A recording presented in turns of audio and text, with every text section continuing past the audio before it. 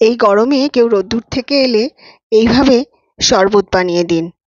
তাতে মানুষটার শরীরের যে ডিহাইড্রেশন, যে গ্লুকোজের পরিমাণটা কমছে রোদ্দুরে ঘামে, সেটাও ব্যালেন্স হয়ে যাবে, প্লাস গরমটা কেটে যাবে এবং এটা হেলদিও।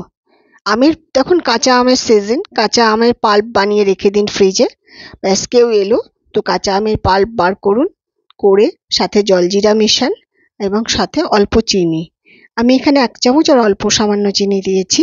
একটু নুনও দেবেন, দিয়ে ভালো করে ওটাকে মিক্সিং করবেন যাতে চিনিটা পুরো মিশে যায়। ঠান্ডা জলে চিনি গুলতে চায় না। এরপর মিক্সিং হয়ে যাওয়ার পর একটুখানি অরেঞ্জ জুস দিয়েছি, যাতে ফ্লেভারের জন্য, জাস্ট, খুব একটা দিইনি। আপনি এটাকে ডাইরেক্টও দিতে পারেন, অরেঞ্জ জুস দিতেই হবে এরকম কোনো ব্যাপার নেই। ব্যাস, হয়ে গেল। তারপরে ঠান্ডা জল মিশিয়ে দিলাম। আপনি যদি বরফ পছন্দ করেন বরফ, তবে বরফটাকে অ্যাভয়েড করাই ভালো, এমনি ঠান্ডা জল দিয়েই করুন। ঠান্ডা জল মিশিয়ে দিলাম, আর সবার শেষে একটু চিয়া সিডস সার্ভ করে দিন। এবার লোক যেই আসুক সেও খুশি হবে, আপনারও ভালো লাগবে। এই গরমে সবাই সাবধানে চলবেন, হ্যাঁ, ভীষণ লু বইছে, খুব সাবধান। ছাতা নেবেন সাথে অবশ্যই। আর ঘরে এসে এরমভাবে কাঁচা আমের পাল্প দিয়ে শরবত করে খান।